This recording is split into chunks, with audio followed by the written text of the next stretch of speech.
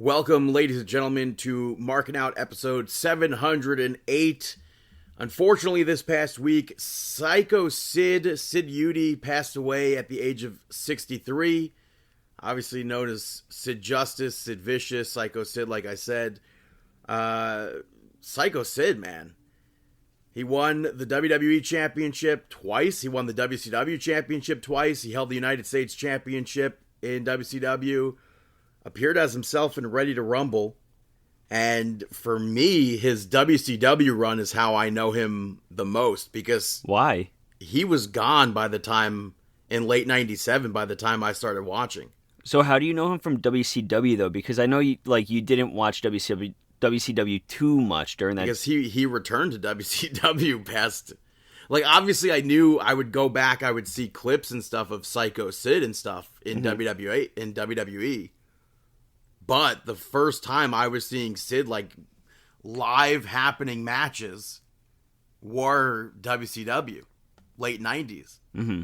So that's how I first knew him. It's very, very unfortunate that I never got to meet him because I wanted to meet him. I tried 3 times, but it just never worked out.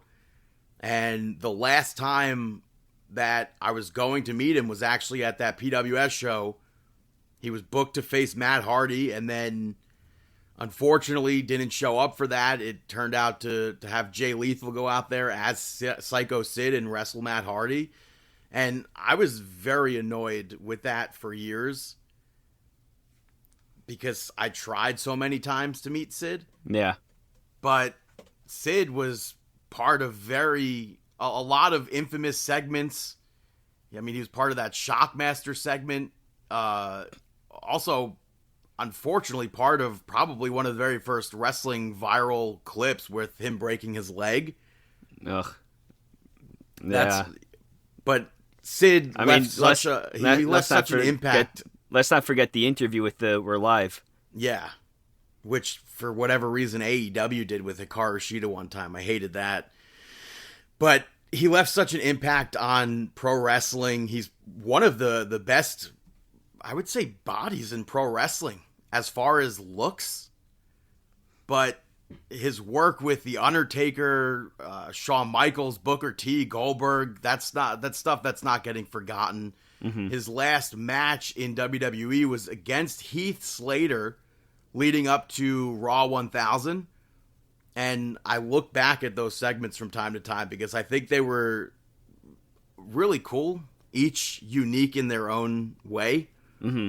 I was there live for when Heath Slater did it with Cyndi Lauper and Wendy Richter. That must have been really cool for you because I know you're a big mark for Cyndi Lauper and just music in general, so must have been really cool to see very that. much so, especially because Roddy Piper was part of that segment. But yeah, big time. But that Psycho Sid segment where he came out, obviously Heath Slater's gives clues basically as to who's going to come out before they come out. But he had Sid come out, gets destroyed by him, obviously. So that was really cool to see Sid in WWE one last time.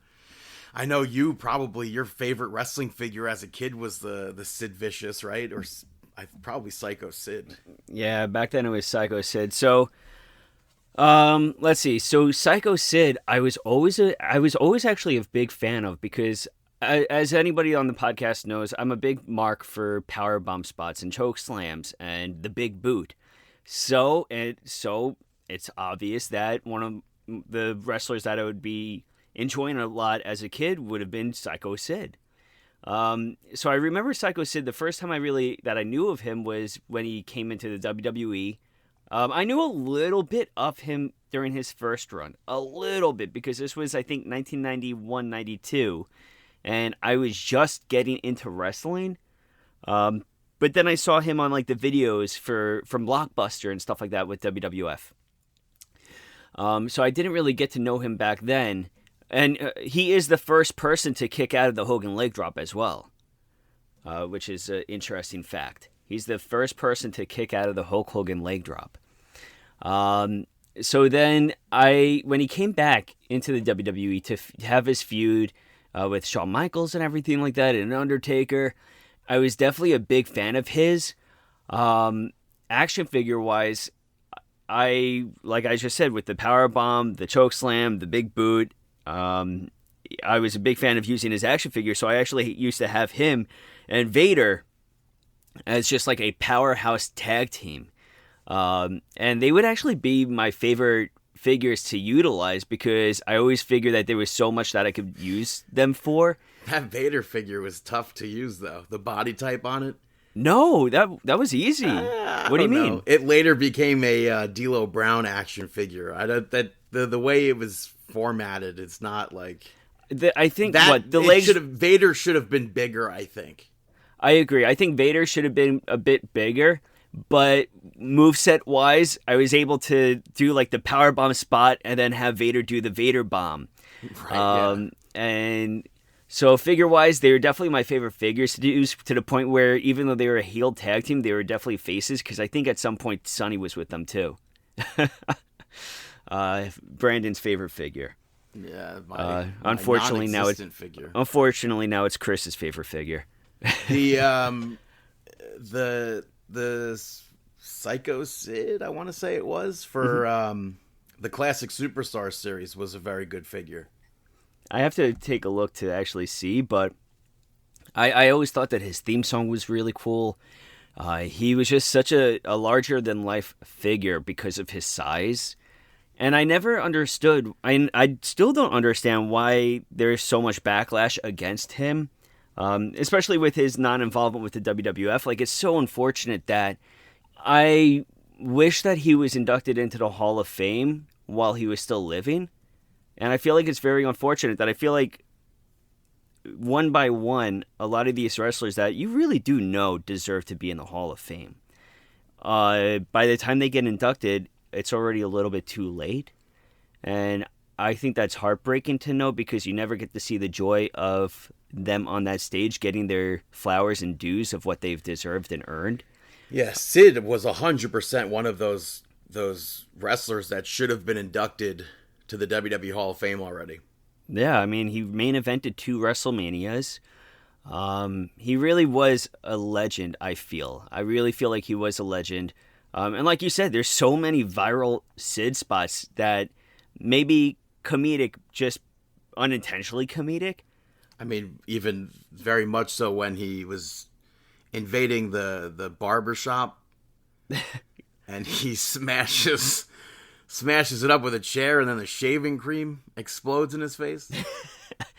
Or when he comes outside to the garage, Goldberg! Why me? 22. That was for Botchamania, I believe. Somebody turned that into a Taylor Swift thing. You see, like, there's so many... Spot number 22. Because why was Goldberg doing that to him more than once? Yeah, there's so many spots like that. Like, I hope that he was able to appreciate the fans' appreciation of him. And, I mean, I was listening to Busted Open. PCO was on there. And PCO was talking about him, and he just sounded like such a good person. He was saying how he would donate and give back to his local community so often. And, yeah, definitely a Hall of Famer. It really does suck, and it's really awful. And our thoughts and condolences go out to him, his family, and his friends. Just really, really sucky. Yeah, also, it was announced this week that Ray Mendoza Jr. passed away as well. He was more famously known as Villano Cinco, second-generation luchador from the family group known as Los Villanos. I believe he started in the business around the age of 16. Wow. But he worked for every major Mexican promotion, including AAA, including CMLL. Also wrestled more so as like an enhancement guy in WCW. With his brother, maybe even brothers, I'm not sure at that point. But a standout match that I would recommend to everybody is from the 75th anniversary of CMLL show. He faced Blue Panther in a mask versus mask match. The match is all over YouTube. Should I spoil it? I don't know. He loses. Mm-hmm. Very, very good match, though. So check that out. Our condolences go out to his family and friends. And we would like to pay tribute to them with a 10-bell salute.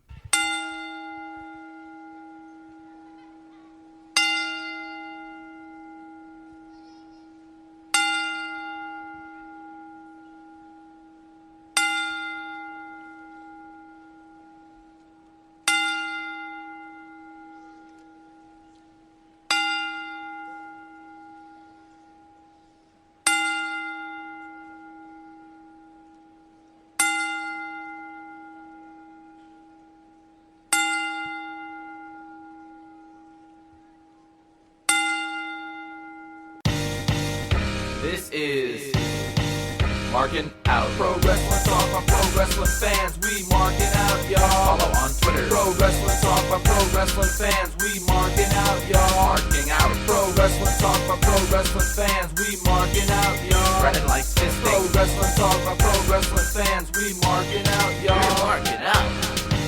Pro Wrestling Talk by Pro Wrestling fans. Welcome to episode 708, Pro Wrestling Talk by Pro Wrestling fans. This is Markin Out. So, you can go check us out on Pro Wrestling Tees. Go buy a t-shirt. Give us a follow over on Twitter at Markin Out. Give us a like on Facebook. Give us a follow also on TikTok at Markin Out. Give us a follow on Instagram at Markin Out 11. But most of all, check us out on all of your social media platforms such as Spotify, Amazon Podcasts, iHeartRadio, and Apple Podcasts. That being said, I am one of your hosts, Dave the Rave, and you can check me out at DavidPTDPT. Check out Chris at Chris Sweendog over on Twitter and CMSweeney85 on Instagram, and Brandon on all social media platforms at BTTG161. Brandon, how are you doing? I am doing awesome as always. How about yourself? Doing incredible. How was your week? It was fine. I made sauce. I made meatballs. One-handed meatballs, by the way, I'll say. I don't know why I did that, but I did that. And that turned out good. I then made those meatballs and that sauce into a meatball hero. Not a fan of meatball heroes, though. Mm-hmm. You like them? I like them. I feel like if I'm gonna eat meatballs, I want meatballs. If I'm gonna eat a sandwich like that, I don't even like chicken parm heroes. I do like heroes a lot. I will say that if I have a meatball, it depends on the bread. The bread makes or breaks it. I mean, I like other heroes. Mm-hmm. Just not meatball or, I guess, red sauce heroes, perhaps. I don't know. Okay.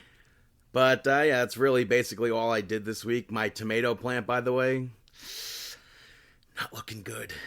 Oh, no. Yeah, not looking good at all. I'm sorry to hear that. You know, also, I got to say, something freaked me out. I was taking out the trash, and I'm going to hope it was a dragonfly, but it doesn't make sense to me. I went outside, and it looked like a small drone or something floating above where it was like blinking green lights. And I don't know. At first I thought it was a spider web. And then I'm like, well, that doesn't make sense. It's moving very oddly. And then I saw the lights and I was like, this doesn't make sense. I don't know what this is. So I don't know if I saw a UFO or what. All right. But you know. I mean, maybe they were trying to communicate with you. I don't know, man. I was like, I don't know what that was. I was like Googling dragonfly lights at night, and it nothing was coming up for that. So I don't know. That's interesting. Very interesting. It's very weird. But how was your week? My week was very good. It was relaxing, dude. Actually, Dan is up from Texas, so we got to go get some food. And then we went over to Chris's, and Chris, myself, Dan, and Salute got to hang out and watch Matt Cardona's return to pro wrestling at GCW, which was pretty cool. That, I mean, should we just say it now for Mark Out Moment of the Week? That entrance was fantastic. Yo, that entrance was great. And then you had Bob sitting in the front row, Bob Cardona, which was hilarious with the white fanny pack. Definitely sets him out a little bit with that white fanny pack, but it was great to see Bob Cardona in the front row as well. I was a little bit disappointed, though, that it wasn't Jeff Hardy teaming with him. I feel like was it supposed to be Jeff? Huh? Was Jeff supposed to be in that match? No, it was supposed to be Nick Gage. Oh, right. Because like Nick Gage versus Cardona, they have that huge feud, and then you lose one of your prime pieces being Nick Gage. I feel like it should have been Jeff Hardy to team with Matt Hardy. Team against Matt Hardy. Huh? The team against Matt Hardy? No, a team with Matt Hardy to take on Cardona and Jimmy Lloyd. Oh. Yeah. But Joey Janela was in the match, and it was still a great match. A lot of fun, very enjoyable. Good swerves at times. And, yeah, the entire deathmatch stuff still doesn't really attract me. But Cardona being the first person to release an action figure right when his matches. Yeah, same attire, Super 7? Yeah. Check that out. It's definitely a sick fig. Yeah, I love that gear was fantastic. You could also purchase those 2 t-shirts. We're not getting a cut or anything, but ProWrestlingTees.com/probably Matt Cardona. Yeah, go get him. But yeah. So let's get on to some Monday Night Raw, kicking off with the Judgment Day. That heat, man. Yo. That heat was great. That was their first entrance, I believe, as the Judgment Day, the new Judgment Day. Really? I believe so. Like a full, all of them? Huh. I believe so. But Dom ends up saying that he's entering that Intercontinental Championship tournament. The LWO came out, and it came to blows with the LWO standing tall, and it led to that match where we saw the Judgment Day pick up the victory over the LWO. Yeah, Dragon Kid coming back, too. Dragon Lee? No, Dragon Lee, yeah. The match itself I thought was fine, but there were some messy spots here. It was also very chaotic. And for me, I think the LWO need wins. Yeah, I agree with you. But Liv Morgan saved Dom from a frog splash, and Dom got the victory there. They end up jumping the LWO afterwards, and the Terror Twins made the save, which was right before that frog splash that Dominic was going to hit to Rey Mysterio through the commentary table. Yeah. JD McDonough ends up getting hit with a riptide. Carlito gets rocked with the South of Heaven. Obviously, the people that they want to get their hands on escape, but it perfectly sets up the premium live event. Yeah, proper setup completely. I thought that the way that this entire aspect with the LWO and Judgment Day, I loved how it broke down. I really loved how it broke down. It did see a little bit reminiscent of the past few Monday Night Raws, though, right? What do you mean? With just the aspect of Rhea Ripley and... Oh, yeah, well, it's very chaotic. That's why even more so, I feel like we have to see Rhea put Dom through that table at Bash in Berlin. Yeah, I could definitely see that taking place, but I like how Rhea Ripley, the crowd was so hot during this opening, too. Yeah. It was great, but Damage Control picked the victory over Pure Fusion Collective. I wasn't into this match. Yeah, I think the biggest thing to note here was that Zelina Vega showed up and attacked Sonya Deville. And then Kairi Sane was able to hit the insane elbow drop while Io was able to hit that moonsault to the outside, and they picked up the victory off of that. Yeah. But yeah, there's stuff missing there with the PFC. I agree with you. After that, Drew McIntyre came out, and he said that the fans have chosen nostalgia over him, even though he's been there through the darkest of times. And then CM Punk showed up from behind and beat him with that strap. Then McIntyre got the strap, and he got launched onto the commentary table. Security came out, and Punk ends up taking security guards out. I don't know if this was the best go-home setup for a strap match. I like how Punk was live streaming from underneath the ring. Oh yeah, I saw that after the fact. Yeah. Well, was it live streaming, or he was just recording video and he posted the video of him under there? I think from what I didn't see it live, but from what I was reading, he was live streaming from underneath there. Interesting. Yeah. After that, we saw Jey Uso pick up the victory over Kofi Kingston and Karrion Kross to advance in that Intercontinental Championship tournament-ish gimmick thing. We did see Xavier Woods and Kofi Kingston speak about the spot from last week. Xavier Woods also brought up how he had this gear maker change his gear a little bit to make it more suited towards him. He was in all black. Kofi Kingston was in all green. So I don't know what specifically was changed, because we would typically see in like 2024, they don't always match colors, just styles. So I don't really know what was changed. But since Scarlett had told Karrion Kross to move on from New Day, I wish that these matches were different.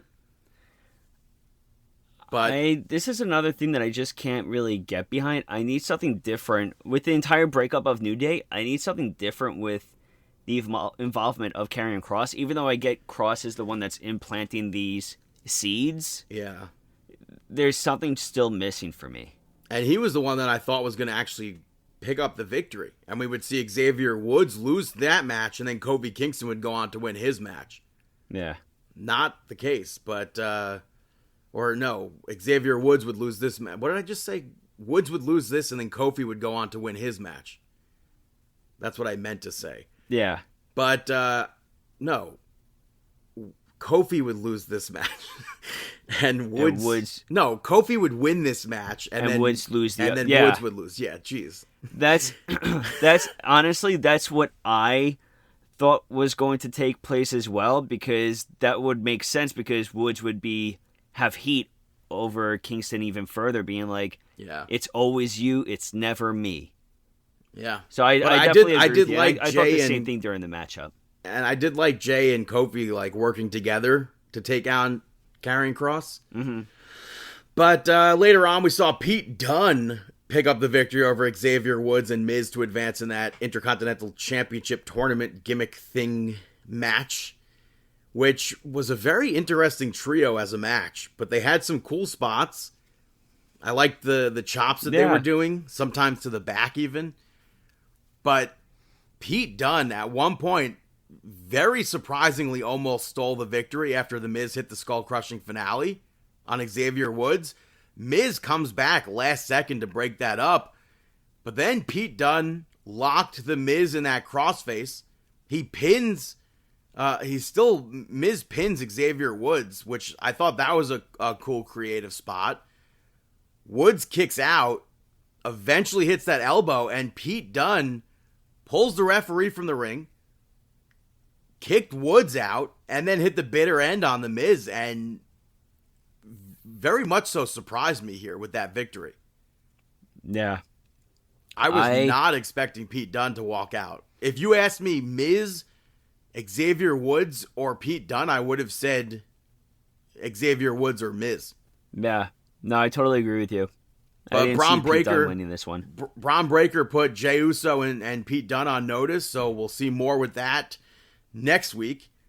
You had Randy Orton come out. He spoke about his history with the World Heavyweight Championship and how he's going to win. But I guess it's not the same championship, but it's the same championship, but not really. Mm-hmm. So he spoke about becoming the youngest World Heavyweight Champion in WWE history and how he'll win this, make it, I think it was his 17th. It'll be, no, not 17th, maybe 16th title reign. But he also spoke about how the WWE Universe basically saw him grow up, and Gunther never had that. Gunther was never humbled and put in his place like he was. Yeah. And what do you think about, before we go on, what do you think that Randy Orton can overtake Ric Flair's record? No, I mean, it's possible, but if anybody's going to do it, I would hope for it to be John Cena. And that's that's like a very difficult thing, because if John Cena only has like 25 or so matches next year, and I would very much so like to see him win the Intercontinental Championship and a WWE title. Why? Well, why I would like to see him get the 17. Well, And I mean, feel why like, the I IC? mean, if he gets to 17, then he doesn't really need the IC championship because that's. I mean, John Cena's solidified regardless of that Yeah, but why but- specifically the IC? because he has never won the Intercontinental Championship and he needs that to hit the Grand Slam.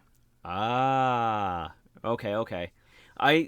I could see, honestly, I could see John Cena breaking the record for Ric Flair because John Cena and Randy Orton are both homegrown WWF guys. Ric Flair, his Well- championships were held across a span of multiple promotions. Yeah, well, that's true. Yes. So I personally, it's hard to recognize it at times because there's so many different promotions.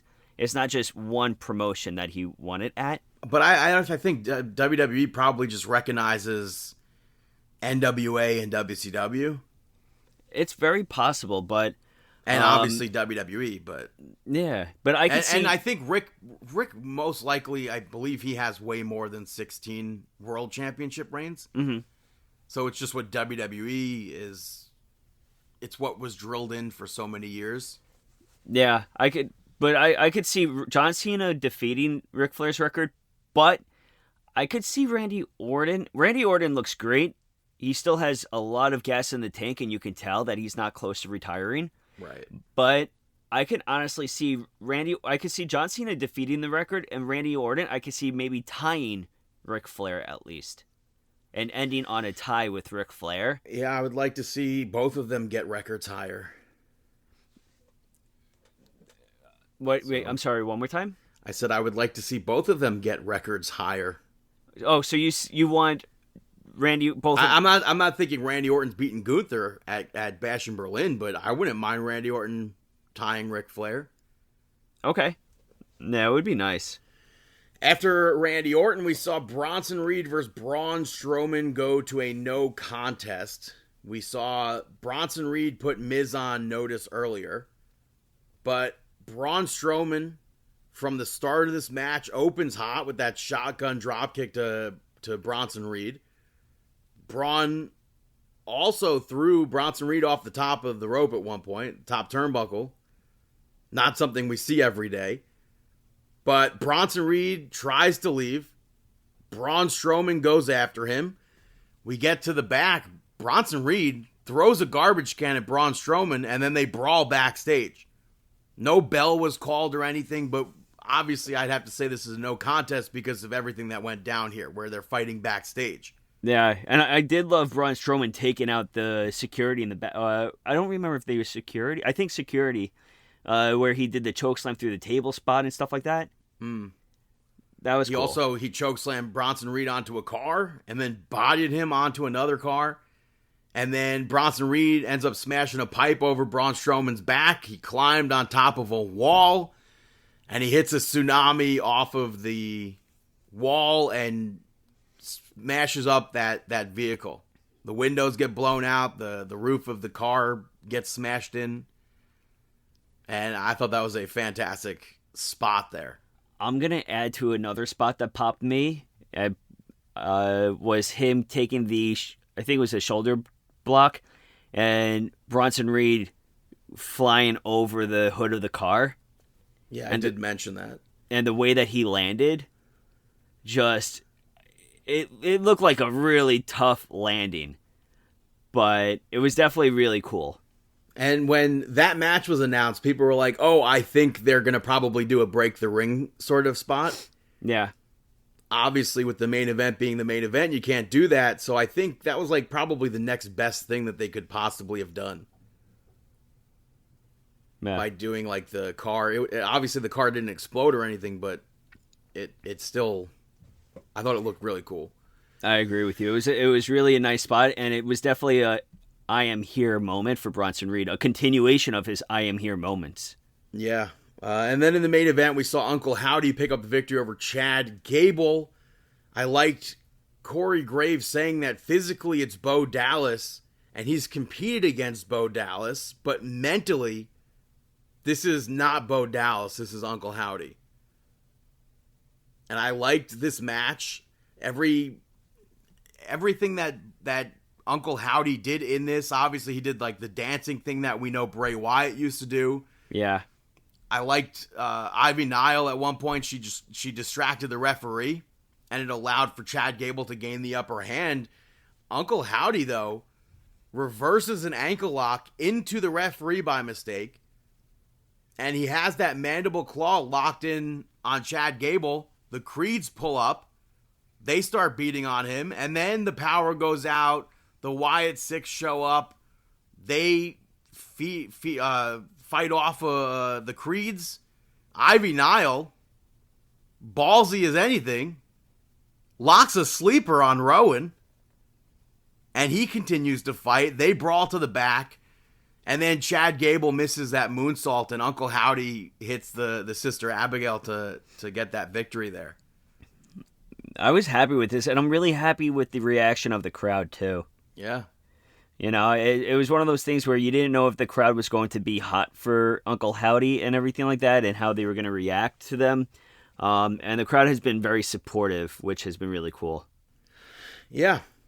But that's Monday Night Raw. Moving over to NXT, which opened up with Fatal Influence, the new group name for Fallon Henley, JC Jane, and Jasmine Nix. Jasmine Nix sat this one out. They picked up the victory over Metaphor. We definitely saw the strength of Lash Legend in this. There were parts that could have been much better. But Jasmine Nix distracted the referee, which allowed for Fatal Influence to get the upper hand. And then we saw Jasmine Nix again. She tried to kick Lash Legend. Lash Legend drops her. But Fatal Influence ends up putting Lash Legend down with that double kick. And they get the victory off of that. I think that they're, like, all of these women in the matchup, I think, have such great potential within the WWE over time. Yeah. Solid way to open it up, I think. And then Oro Mensah was trying to cheer up Metaphor later on, and Lexis King came in to make fun of them. He ends up attacking Oro Mensah. It was broken up. I think that leads to a match. So we'll see next week. We saw Carmen Petrovic pick up the victory over Izzy Dame, which stems from Izzy Dame taking Petrovic out of that gauntlet match from last week. This was somewhat of a quick match here. And Petrovic, I don't want to say was an unexpected victory, but the way, like, because she countered Izzy Dame with a pin, I always feel like I want to say that's an unexpected victory there. Uh-huh. An upset, perhaps. But that's all that was, basically. Yeah, I could agree. After that, we had the Jada Parker and Roxanne Perez sit down. I think the biggest takeaway from this was that after Jada Parker slapped the absolute heck out of Roxanne Perez, she looks off camera and questions, like, oh, what are you doing here? I've heard of you. And then Roxanne Perez was looking too, so it could either be Stephanie Vicor, it could be Julia, it could be Delta. And they were totally, it looked like an appearance of shock. Yeah, so... You know, you saw Perez looking up, and the way that she, like, it looked like they were both really surprised to see whoever they were looking at. I think we'll find out at WWE NXT No Mercy. Yeah. After that, the D'Angelos picked up the victory over No Quarter Catch Crew. Two members of the family tried to talk to Tony D'Angelo before the match, and he, like, brushed them off. And they came out again during the match. Tony left them. So I thought the D'Angelos were going to lose this match. But the family surprisingly held it down. I liked when Ren Sinclair went to hit Luca, and he caught her wrist, and Adriana Rizzo dove out onto her. I thought that was a nice spot. But they end up hitting that Shatter Machine finish with Stax and Luca to pick up the victory. And then we find out later on the reason why the members of the D'Angelo family came to grab Tony D'Angelo was that Oba Femi took over Tony's room at the restaurant. I don't think that Tony's going to be beating Oba Femi here, but... I don't either, but... And I wish we had more... I wish we had, like, at least one more week or something to do something between Oba Femi and Tony D'Angelo, where they have, like, a meeting there or something to cause more sort of confrontation. Yeah. But that didn't happen. We I did agree have Wesley and Zachary Wentz face off. and they went back and forth. Wes Lee said that if they won the titles a few weeks ago, it would have been good for a few weeks, and then he would have realized that they're just not on the same level. And Wentz brought up how Wes Lee was ready to quit for a third time. I think he said third time. When the Rascals showed up and they were there for him. He was there even when Wes Lee broke his back. He was always there for him. And Wes Lee was like, I'll show you why I'm a superstar and you're just a TNA wrestler. Oh. Fantastic line. Yeah. I thought that was a tough landing with that one, right on the jaw. But I like that. I like how emotionally connected both of these wrestlers are to this feud. And I think that it could definitely rope in any fan watching, especially knowing about their history. But I'm split as to whether or not I feel like this should have had some sort of stipulation. Maybe on the next one. If there is a next one, who knows? Yeah, but next up you had Kalani Jordan hit the ring, and she's ready for her matchup. But Wendy Chu appears on the screen, and we don't know what's about to happen. Kalani Jordan calls out whoever Wendy Chu has by her side, one of her minions or whatever, her friends from the dark side, and she just points to the entrance, and somebody with her or their hood on walks past her towards the entrance, and Rosemary's entrance hits. I don't know about you. I mean, you told me I think you were spoiled. I was not. I was spoiled, but I was like, oh my God. Yeah, like I really wish I wasn't spoiled, but yeah, it was awesome to see. Even it was cool because even though I was spoiled, I knew it was happening, and it was still cool to see everybody's faces in the crowd when her name appeared on the Tron. You could see people's jaws drop. Yeah, I was not spoiled, but you told me to keep on watching because unfortunately I'm doing 500 different things when I have wrestling on at times, and you're like, watch. So if I started watching because if you tell me to watch something, then it's worth me watching. And once Rosemary appeared, I right away got up from my computer. I believe I was in class at the time. I got up from my computer and I walked right over to the TV and I turned it up a little bit because I had to see what was about to happen. A few weeks ago, an interview went out from Gail Kim saying that she'd like to see Wendy Chu versus Rosemary. Uh-huh. And I was like, well, that'd be a dope match. And then this happened, so I think that's pretty cool. So yeah, I mean, and Rosemary has been wrestling for a long time. I mean, I was a huge mark for her, Crazy Steve, and Abyss when they had their little thing. The Decay. Yeah, the Decay. That's what it was. Remember Crazy Steve? Yeah, but this match for me it was a bit too slow. But I think Rosemary was a very good opponent for Kalani Jordan. The fans were chanting for Rosemary, and Wendy Chu showed up all over the performance center afterwards on the screens. She actually ends up attacking Kalani Jordan from behind. She chokes her out. And then Rosemary creepily pushed the North American Championship to Wendy Chu. So there was a lot of people getting attacked from behind this week. I mean, maybe we'll see Rosemary help Wendy Chu win the championship, and then the entire circumstances Rosemary's helping her because she said that she gets a title shot. I don't know if I could see Rosemary. I don't think I could see Wendy Chu getting the championship over Kalani Jordan right now. I'd like to see her build the title up more. Okay. Also, in regards to Rosemary, I think I would really, really like for WWE and TNA to work out some sort of deal with 2K. And get a TNA, if they're not going to be in the actual game, I feel like we can get a TNA DLC pack next year.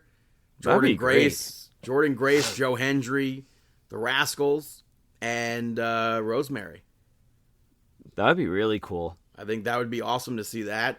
Nothing for nothing. Can we add Abyss into it? I mean, I still have fantasy bookings of anything with Abyss.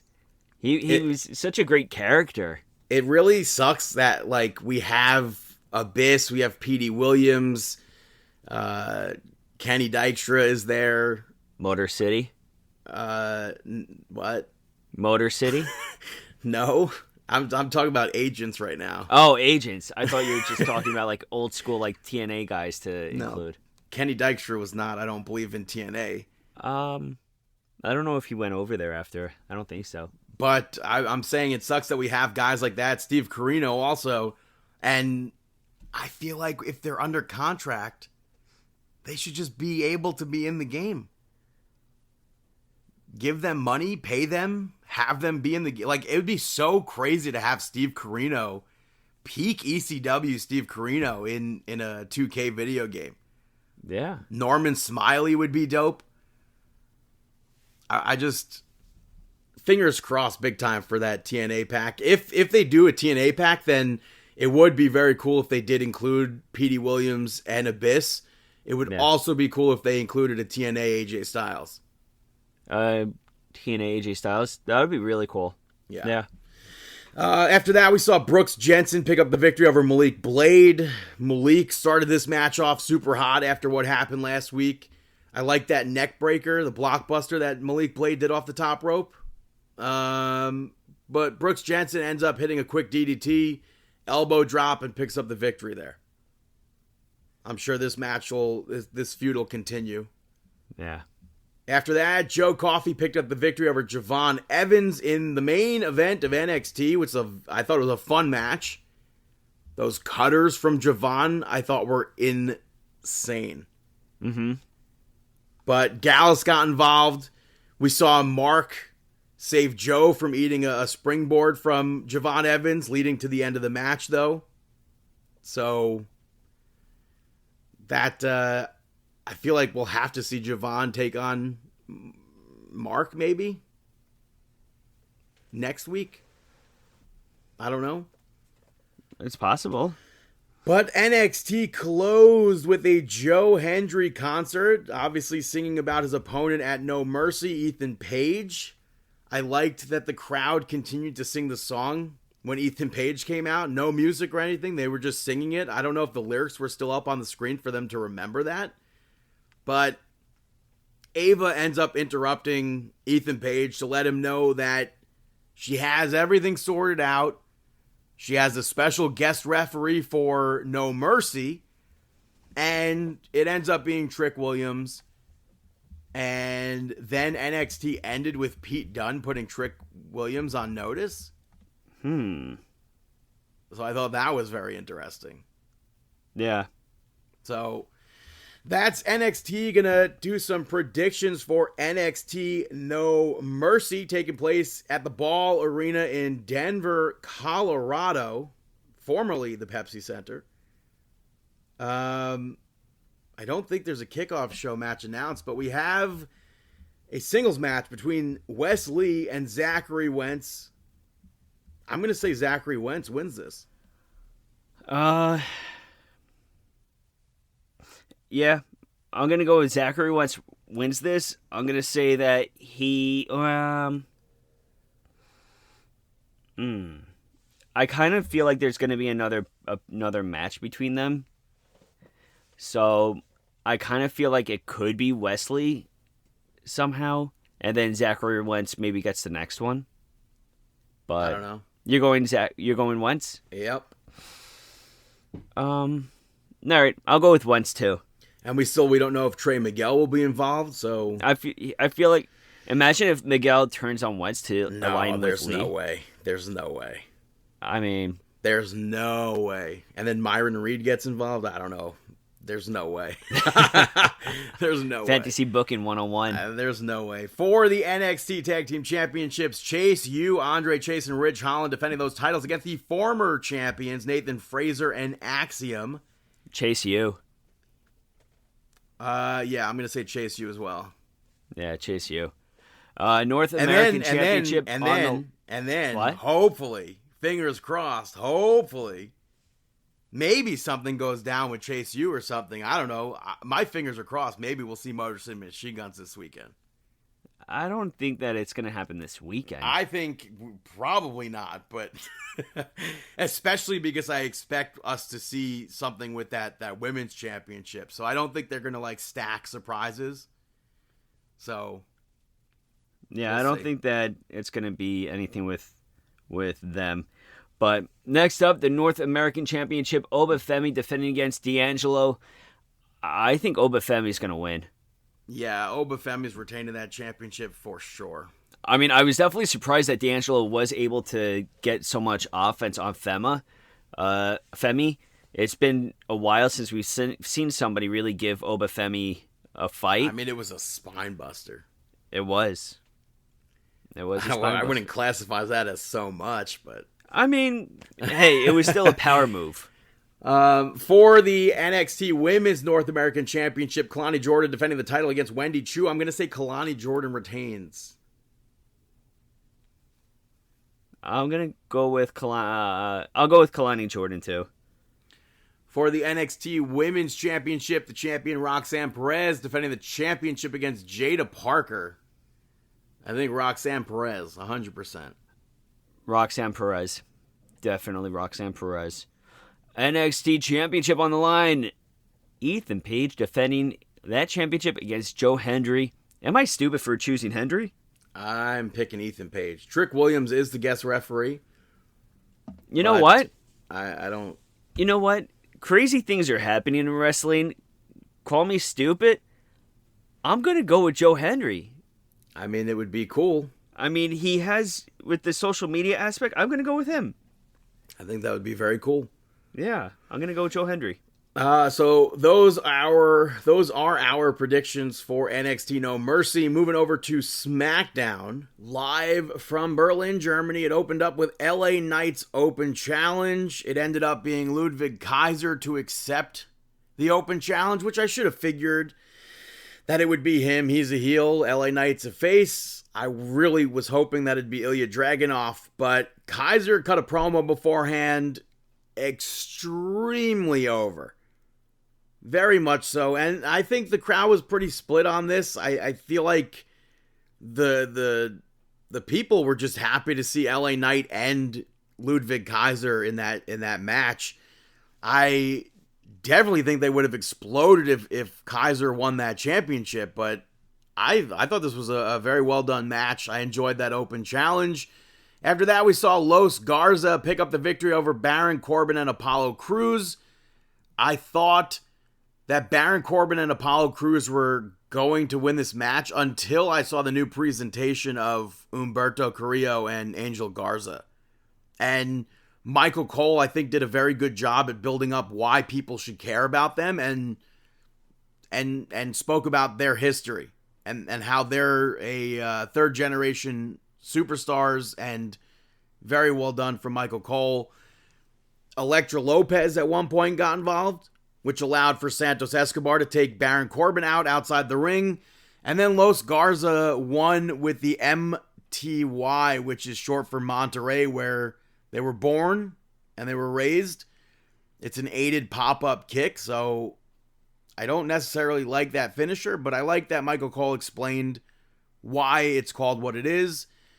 Backstage later on, A-Town Down Under made fun of Baron Corbin and Apollo Crews, and Grayson Waller put it all on Austin Theory, which Austin Theory owned up to.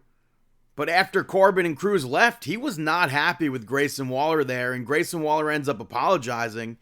I think it's only a matter of time before that team splits up, but I feel like we'll see Baron Corbin and Apollo Crews versus A-Town Down Under next week on SmackDown. We saw another Bloodline segment. It was a pre-tape thing with Solo talking again. And if you asked me, I would have said they already aired this segment. He basically said it doesn't matter who wins between Cody Rhodes and Kevin Owens. He has next, which I could swear to God they had that last week as well. Cody Rhodes and then Kevin Owens had a face-to-face, which was hosted by Nick Aldis, who first showed off a video package of the tour leading up to Bash in Berlin. So I thought that was pretty cool. They made a very big deal out of this being the first time, I think they said 27 years for television. But Kevin Owens brought up Cody's knee from the tour, and Cody said it was fine. Cody brought up how that Kevin Owens, what he did last week with the championship, handing him the championship, and how everybody thought what Cody Rhodes thought looking back at the clip. And Kevin Owens was like, why would I do that? Everything like you know about me, your father, why would I do that to you? And Cody's like, well, maybe you're angry with me. Maybe you're angry that I went out into the world. I went places you went. I hung out with people that you know, or whatever he said. And Kevin Owens doesn't really get enough credit for the Revolution. And perhaps Cody Rhodes gets too much credit for a Revolution. And then Kevin Owens brought up the injured knee again. And questioned, he's like, oh, well, if your knee's not injured, why didn't you do the thing during the entrance? And he said if your knee's not 100%, it's not a great idea to have that match. And he brought up how it's the anniversary of him winning that Universal Championship, and how that is, everybody saying the only reason why he's champion from that was because of Triple H. And Cody Rhodes won't have that this time, basically. I like the back and forth between Kevin Owens and Cody here. I know people aren't 100% sold on this match, and I do think we need an actual feud for Cody Rhodes after this. I don't know about Solo versus Cody, like revisiting that, but I'm fine with the match, and I like this segment. After that, Carmelo Hayes picked up the victory over Andrade. These two have absolutely incredible chemistry together. This was another really good match between them. At one point, Carmelo Hayes pulled the turnbuckle pad off on a reversal, and Andrade went to hit his running knees to the corner, but Carmelo Hayes moved.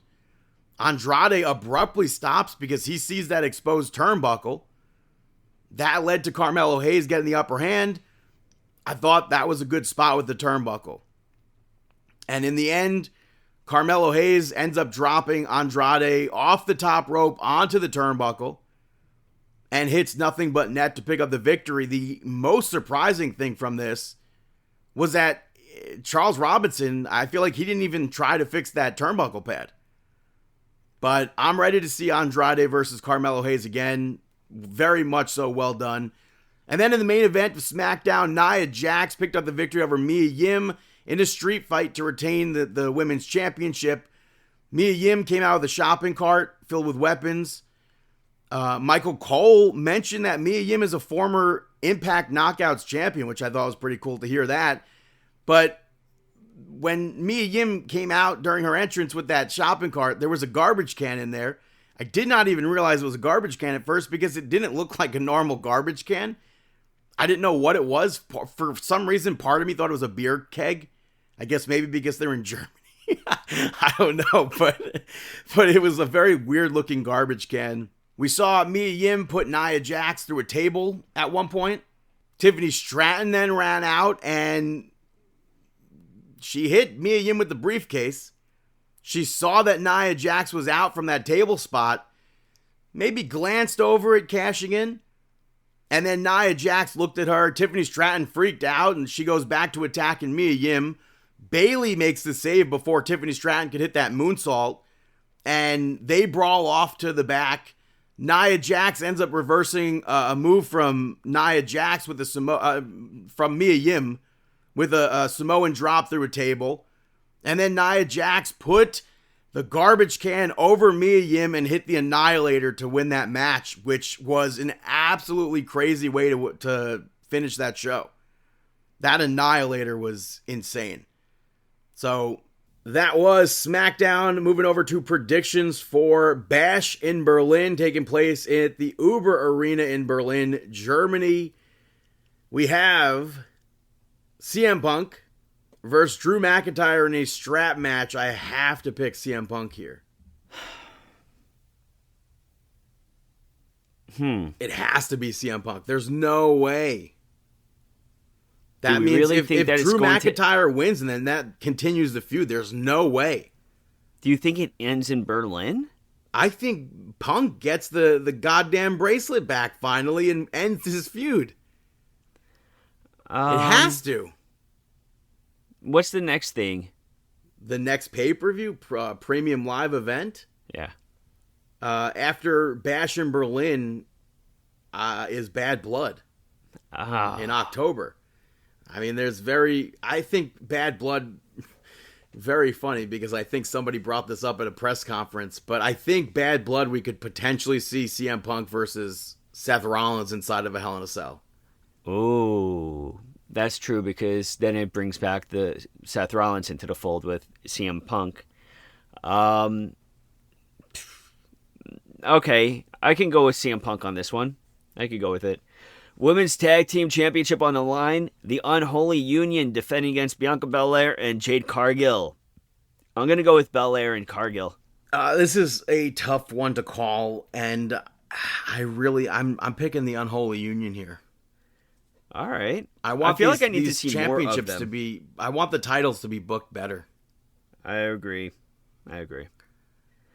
Mixed tag action. We have the Terror Twins, Damian Priest and Rhea Ripley taking on the Judgment Day, Dirty Dom Mysterio and Liv Morgan.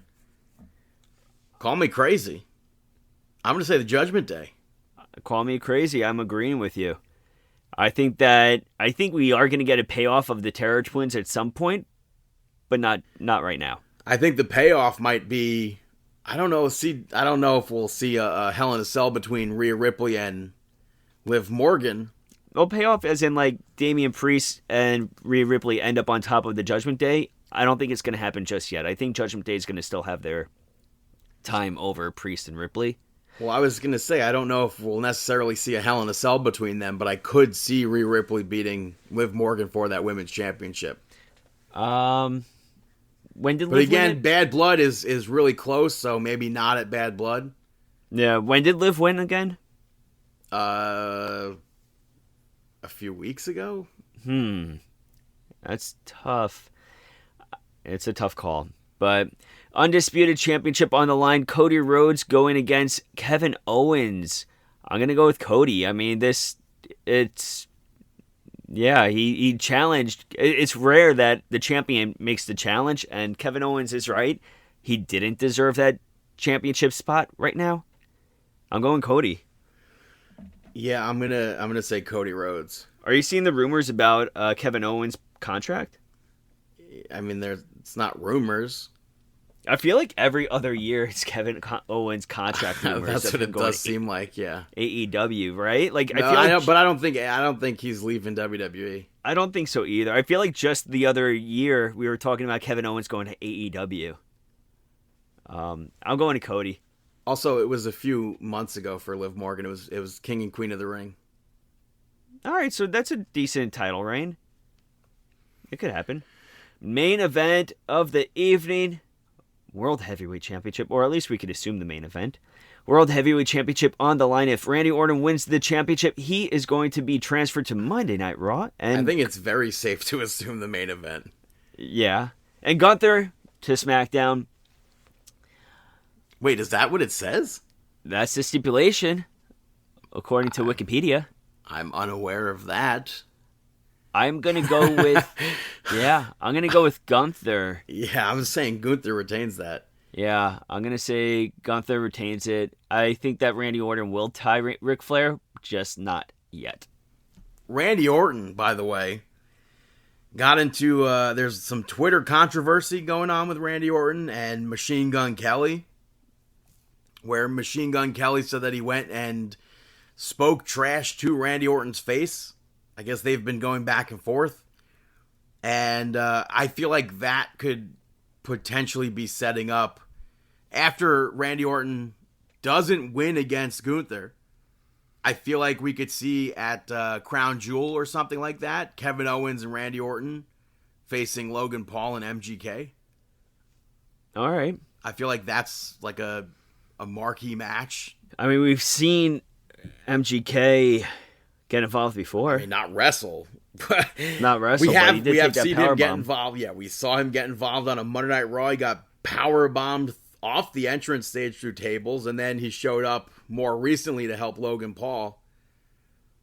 So we'll see what happens with that. But that is our predictions for Bash in Berlin.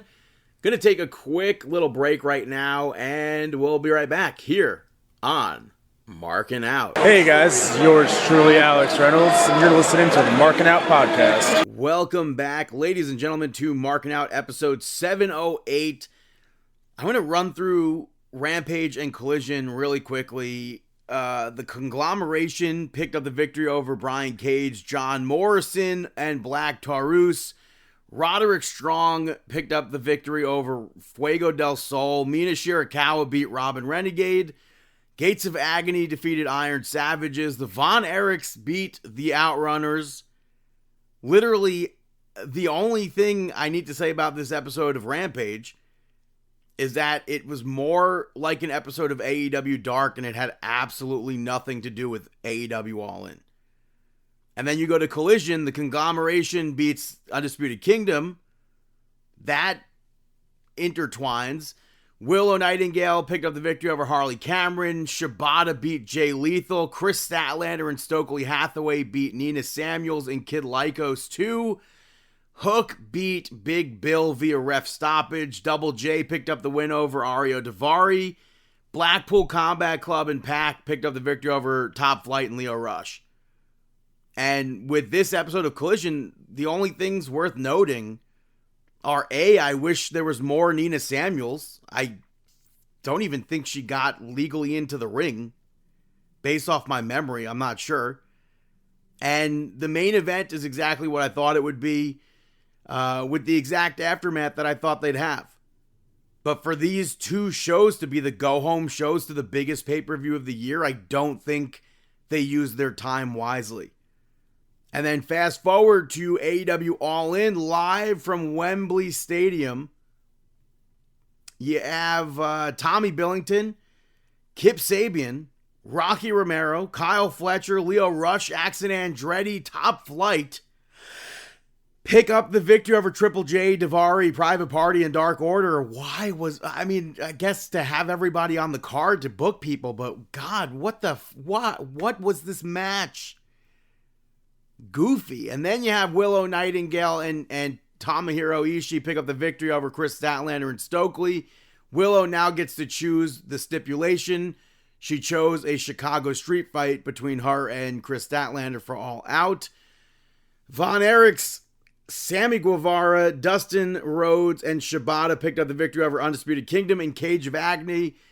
Sammy and Brian Cage looked super goofy wearing matching outfits, being on opposite teams.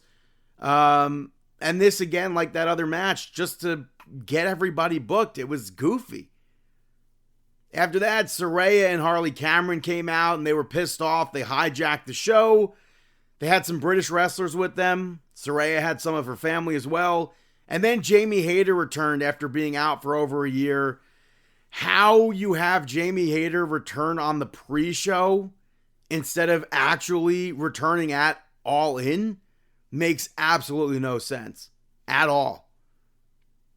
After that, the event kicked off. You had Pac and the Blackpool Combat Club pick up the victory over the Patriarchy, the Bang Bang Gang, and the House of Black in a London ladder match to become the new Trios Tag Team Champions. Or just Trios Champions. And honestly, that was the team I least expected to win. So that was very surprising. The ladders in this match were super short. I don't know why that was a thing. And then the belts were lowered to the ring. I don't know why they had these such short ladders where some of the people, like Killswitch, taller than the ladder. In what world? You had Mariah May pick up the victory over Toni Storm to become the new women's champion. I did not think Mariah May was going to beat Toni Storm. We'll see what happens with this championship reign. Hook picked up the victory over Chris Jericho to become the only three-time FTW champion. Taz choked Brian Keith out outside the ring as Hook was choking Chris Jericho out. And you thought this would be over. We'll put a pin in that. You had the Young Bucks pick up the victory over FTR and the Acclaim to retain the championships. Grizzled Young Veterans showed up afterwards, and it looked like they were going to maybe attack the Young Bucks, but then they turned their attention to FTR and took them out, basically just putting everybody on notice. They spoke on Dynamite as well. I don't know if they're actually signed to AEW or not, but any match I get to see with Grizzled Young Veterans where it could possibly lead to them versus FTR, I'm 100% behind. You had Christian win the Casino Gauntlet to earn an AEW championship match. I don't understand that booking at all. I think the only actual surprise that took place at All In was Nigel McGuinness making his in-ring return after, I believe it was like 13 years. Ricochet also debuted in this. That was somewhat pretty much expected. Hangman Adam Page, everybody could be like, oh, well, it sets him over the top. Him not winning is very much so puzzling. Versus somebody like Christian, I don't understand that booking at all. After that, Will Ospreay picked up the victory over MJF to become the new American champion, the international champion. They tossed that title to the side and they presented him with that championship again. Daniel Garcia showed up though. We saw Will Ospreay use the Tiger Driver 91, and that ends that match. I think it was very much so expected for Garcia to make his return. Many weeks ago, it seemed like maybe we were going to see MJF versus Daniel Garcia at All In, but then it started to seem like, oh, we'll probably see that at All Out, which I'll get to in a moment as well. Will Ospreay, this match, I think this was a good match. People underestimate MJF, and I feel like they need to stop doing that. After that, Mercedes Moné picked up the victory over Britt Baker to retain the championship. This match was unfortunate. I think it was very much so unfortunate. Mercedes Moné had a really killer entrance, but this match was not what I was hoping it would be. I think Mercedes even spoke on it, saying she would have changed it, but she's obviously not going to be living in the past, and it was just unfortunate. Jack Perry picked up the victory over Darby Allin in a coffin match to retain the TNT Championship. The Elite beat Darby Allin down afterwards, and they went to light Darby on fire, but then Sting returned. We last saw Sting, I believe it was March, when he retired. And Sting took like the longest time getting to the ring to save Darby Allin, but he saves him regardless, and that was that. Main event saw Bryan Danielson pick up the victory over Swerve to become the new AEW champion. The only two things I would have changed from this match were A, Hangman showing up to distract Swerve a little bit, and B, that one spot where Bryan hit his knees and Swerve just no-sold it. I hate it. They were like 30 minutes or so into the match. To not sell those knees, I thought was just dumb. I didn't like that spot. But this was a very, very good main event. Afterwards, Bryan celebrated with the Blackpool Combat Club. Pac was there. He's now the Trios champion.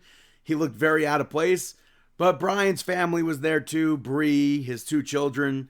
So it was a very nice moment. Bryan said that was his favorite moment of his career. So you can't fault him for that. That became a huge topic on the IWC chatter on Twitter.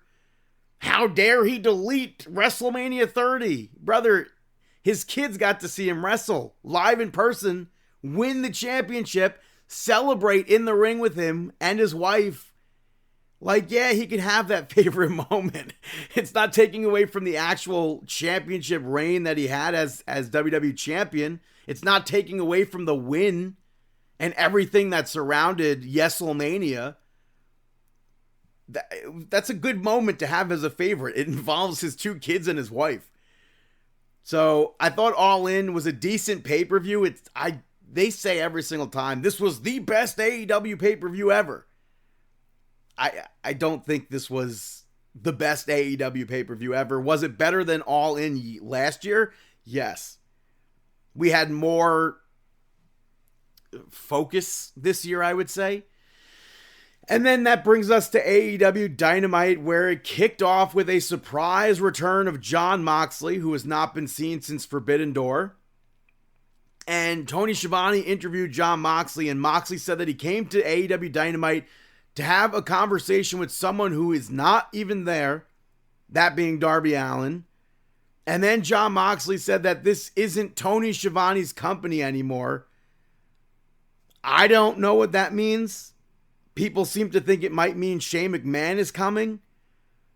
But later on, Marina Shafir showed up to side with Jon Moxley, and she took out some people backstage.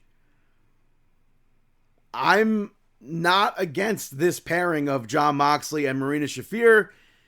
I just wish there was more of a clear-cut answer between Moxley and Blackpool Combat Club. Is she part of Blackpool Combat Club?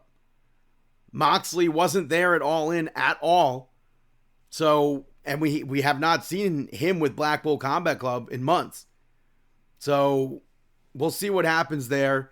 I'm not against Marina Shafir and Jon Moxley and Blackpool Combat Club at all. Although some people think it could lead to a new Shane McMahon everything. Who knows? We'll see. After that, we saw Hangman Adam Page pick up the victory over Tomohiro Ishii. Not a surprise.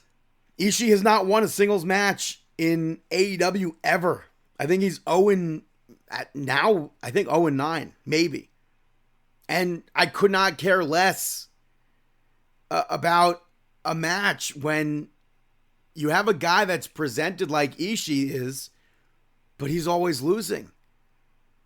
Where's the interest in that? After that, Swerve showed up and he said he should stomp Adam Page, but he feels sorry for him. I thought after what happened at All In, Adam Page would want to immediately beat down Swerve. But Page came back with what I think is like a very weak comeback at first. But then he brought up how Swerve couldn't beat him one-on-one. It was Prince Nana at first, Brian Cage, and then the match. It was time that cost him the match. And then he laid out a challenge. Swerve interrupted and made it into a cage match, even though they literally already fought inside of a cage last month. And Swerve was super creepy about it. It was very stalkerish. He was talking about seeing Adam Page's family. That's weird. That's something a heel would do. So Hangman seems like he should be 100% in the right here. I don't think a cage match is proper. Like I said, we already saw it. People are like, well, it was a blood and guts cage match. Cage is a cage. I don't think you would follow up a War Games with a steel cage match. That just doesn't make sense to me. After that, Jamie Hayter picked up the victory over Harley Cameron. Harley Cameron, for whatever reason, controlled, I think, most of this match. And 100% I get the feud and I understand why this match happened. But this was not a great return match for Jamie Hayter. It at least showed that she was strong in the end of this match, but as far as the return match goes, I didn't enjoy this. After that, MJF came out. He spoke about Will Ospreay cheating to win at All In and said it's not over. And then he shifted his focus to Daniel Garcia. And Daniel Garcia attacked him from behind. Take note of that. And he choked MJF out pretty quickly. I like that spot. Then he teases a pile driver and stops and remembers what MJF did to him. So he goes to set up a pile driver from the middle rope. And then security comes out. Daniel Garcia turns all his attention to the security guard, starts taking them out. And then MJF comes to. It leads to them brawling. Garcia tells MJF that he pawned his Dynamite Diamond ring. And then it sets up All Out. The conglomeration teamed up with Hook to pick up the victory over the Learning Tree and Roderick Strong. When this match was announced, within minutes, so many people complained to Tony Khan that Tony Khan tweeted that, like, oh, trust me. Sometimes you have to trust me. At All In, if Hook lost that match to Chris Jericho, he could not challenge Chris Jericho again. We would have been done. But because Hook won the match, we dealt with this match again. The match itself was fine, but it was a very standard random 8-man tag match that ends with Roderick Strong's foot on the rope. Hook makes him pass out. Aubrey steps over his leg on the rope to call the bell. You're telling me you can't see his leg on the rope? If you're stepping over his foot to call for the bell? That makes no sense. I don't understand Tony Khan's "trust me" tweet because nothing happened in this match. The Kingdom, they beat down Hook afterwards. The rest of the guys brawled up on the ramp. Roderick Strong held up the FTW Championship. Are you telling me the only thing that came of this "trust me," is that they're switching feuds between the two people? This was not good. Get away from Chris Jericho and Hook. I don't want any more of this on TV. After that, Mercedes had a party celebration backstage with a bunch of nobodies. That makes no sense for Mercedes Moné, first of all. Then, there's no second of all, by the way. But Private Party showed up. Cassidy hits on her. And Okada showed up and she made them leave. How this was a celebration big enough for Mercedes Moné, I don't think it was. And then you go right into the next segment. Mariah May was going to have her celebration. It's postponed. She doesn't want to have it in a city like Champaign, Illinois. And then she opened up her gimmick to reveal the championship around her waist. Tony Schiavone was standing there the whole time, speechless, I guess. After that, Ricochet picked up the victory over Kyle Fletcher. This match was set up on Twitter via a spat over WWE speed. That is beyond goofy to me. They did play a video package for Ricochet earlier, which I think is good. And I thought this match overall was good.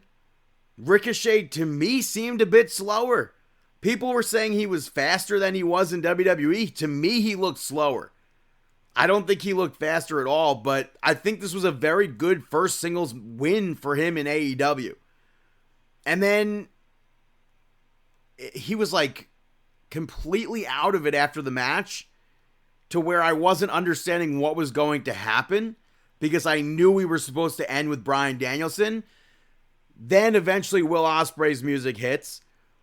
And right before he could speak, Pac hits him from behind with a Poison Rana and welcomes Ricochet to AEW. Tells him to get to the back of the line. Remember, from behind. Then we have the final segment of the night. Bryan Danielson comes out. He reiterated how his contract expired earlier this month. He needs neck surgery and his family is ready for him to come home. And he said he's not going to retire as AEW champion. He'll fight for it. And as soon as he loses the championship, he's done. But he has heads still to kick in. And he lays out a challenge. Anybody, come out, challenge me. Jack Perry shows up on the screen. And then from behind jumps Bryan Danielson. And I'm very much so not into Jack Perry versus Bryan Danielson at All Out. I don't think Jack needs to rack up any sort of losses now. There's no way Bryan Danielson is losing the championship to Jack Perry. And out of everything here, the one thing that I don't like the most is we still have a random cash-in from Christian that could happen at any time. I don't need to see that match. Bryan Danielson spoke about the young people. There's young people in the back or whatever. Christian Cage is the number one contender for the AEW championship. But right now we have to deal with Bryan Danielson and Jack Perry, a match that I think is a lose-lose for Jack Perry. So that's AEW Dynamite. I don't think this was the strongest follow-up for All In, but it made the most sense. But that is AEW Dynamite. Hey, Brandon. Got any shout-outs? I am Grover, and you're listening to Brandon Shoutouts. The first shout-out goes to That 90s Show, which I just gave a shout-out to this last month for when the first part of the second season dropped, but now we were going to have to wait for this third part of the show or whatever until October, but they pushed this up, and I really hope that doesn't mean they're canceling it, because it's not renewed or anything right now, and I really hope that there's more episodes to come. I also wish we would get more main cast back for some more episodes, which they're definitely not needed. It would just be nice to have, to see more of them. But, also, I guess, spoiler alert, but also not spoiler alert, because it's been posted on Twitter to hype up the new episodes. There is a wrestling episode where The Miz portrays a pro wrestler from the 90s, obviously, it's just a generic wrestler. But I think that's really cool that they have a wrestling episode again. Mm-hmm. They had a bunch of WWE items throughout the episode, which they're using the new classic WWE merch. But they do have LJNs in the background. They have Hasbro's. I'm almost certain there might be Ruthless Aggression and Mattel's, which wouldn't be accurate to the 90s. But if you're not a wrestling fan, I don't think you would notice that at all. But like I said, I really do hope that this show gets picked up for more seasons. So go watch it on Netflix. I very much so am enjoying it. Also on Netflix, a new movie came out called Incoming. And it's like a super bad-esque movie, but it's freshmen instead of seniors. Most of the movie takes place at a party. And I know that it doesn't have the greatest reviews, but I think it's a good movie to pass time with. It was written and directed by the Chernin brothers. Mm-hmm. They wrote and produced stuff for It's Always Sunny in Philadelphia, as well as they created the show The Mick that aired on Fox. Caitlin Olsen's in this movie. She was obviously from It's Always Sunny. She was on The Mick. She starred in that show. She's joined by a couple of other actors from the show The Mick. Bobby Cannavale's in this, but really the stars of it are the teenagers, more so. And I think if you have an open mind and you enjoyed Superbad, you might like this movie. And I really, like I said the other week with reading reviews, I don't know how reviewers watch movies these days. Because I was laughing out loud at a bunch of this movie. So don't believe reviews until you watch it for yourself. Yeah, judge for yourself, you know. My last shout out is going to Sabrina Carpenter's 6th studio album, which came out last week. It's called Short and Sweet. I think it's easily her best album. She's had 2 of the top songs this summer with Please, Please, Please and Espresso. You can't turn on the radio, pop radio, without hearing those 2 songs. I would be very surprised if she doesn't win a Grammy for this album. I was also surprised to see some bad reviews. Mm-hmm. I think it deserves more praise. So if you're a fan of pop music, I know it's not necessarily the genre associated with pro wrestling. I think you should check it out. So those are my shout outs. Now it's time for our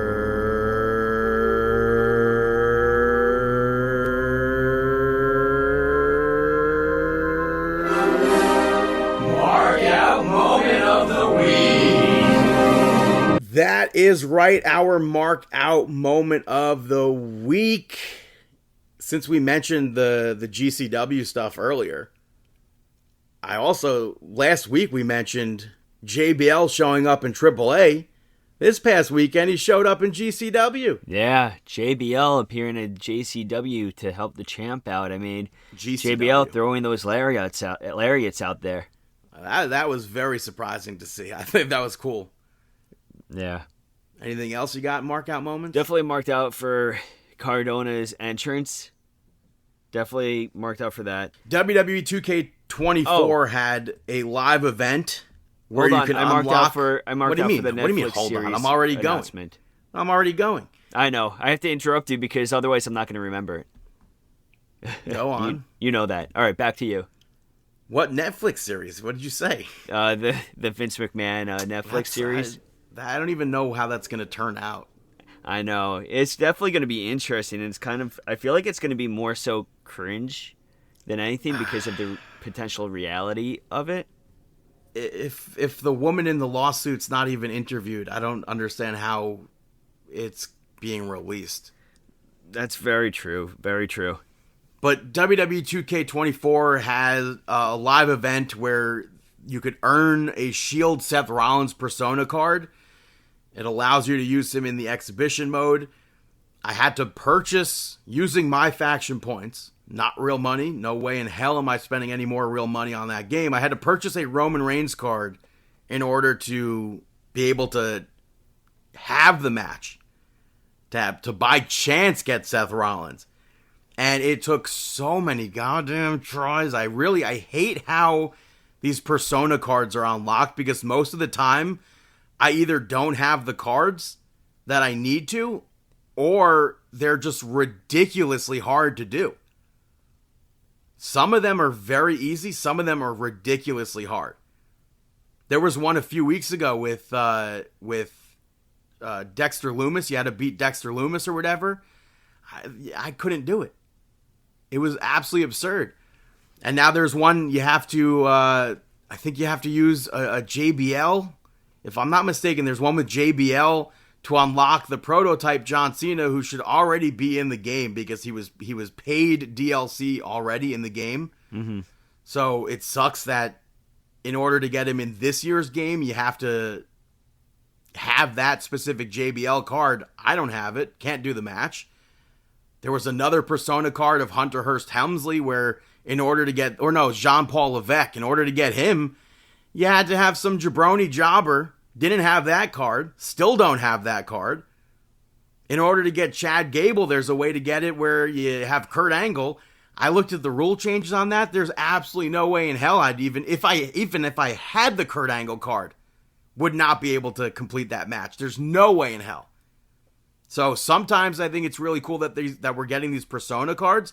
Other times I'm like, what are we doing here? Mm-hmm. It's so annoying. But I unlocked the Shield Seth Rollins. I'm happy to have that theme song back in the game. You go to create him into a tag team with Roman Reigns. God forbid they put his entrance Trons in. Why wouldn't you have the Trons for the Shield? We see that it's in the files. We, as in the people, like show it on the internet. It's ridiculous that these things are in the game, but they're just not accessible to us. Let them be accessible. It's ridiculous. But I marked out at actually getting the Shield Seth Rollins because I planned for that for a full month. I got enough my faction points to get it, so I grinded for that Seth Rollins. And then something else I would say maybe grinded for. After weeks of searching targets, I finally found the Alex Reynolds AEW figure. It was my third target in 2 days, but I asked an associate if he could check in the back because the peg was there, but there were no figures on the peg. Mm-hmm. So he scanned it. He's like, let me get a new scanner. This one's broken. Comes back out with the scanner, scans it. He goes, we have a box in the back, but I'm like, I don't know if it's the figure I need. Because with the AEW figures, it just goes by series. So he's like, is there a specific one you're looking for? And I'm like, Alex Reynolds, it's a chase. And I'm like, maybe I shouldn't have said that because if he hears that, maybe he's going to keep it for himself. But he went into the back. He came out with the Alex Reynolds, and I was like, ecstatic. Did you tip him? No. And it's funny because he was wearing a Yes, Yes, Yes t-shirt, an Islanders t-shirt. I happen to be wearing a Daniel Bryan t-shirt. So I wanted to be like, do you know anything about pro wrestling or the history of your t-shirt? Mm-hmm. But I didn't ask him that. But I'm very happy that I have at least the Alex Reynolds figure. I have the John Silver figure from a couple of years ago.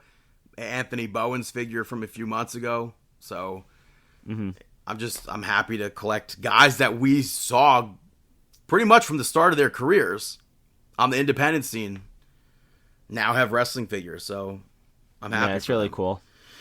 But those are the Mark Out moments of the week, and that is episode 708. Thank you so much for tuning in. You could check us out on Twitter at Markin Out, at BTTG161 on all platforms. Chris Sweendog, CM Sweeney85, David PTDPT, Facebook.com/Markin Out, YouTube and Instagram at Markin Out 11.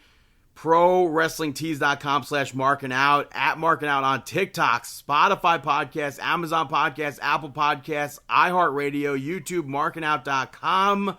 And we wish you the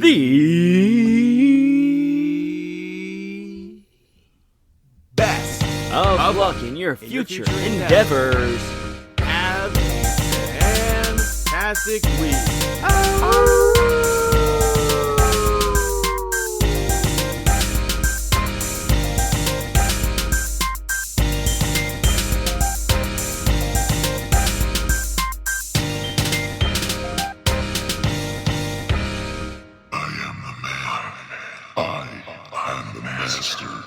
And I am the ruler of the world.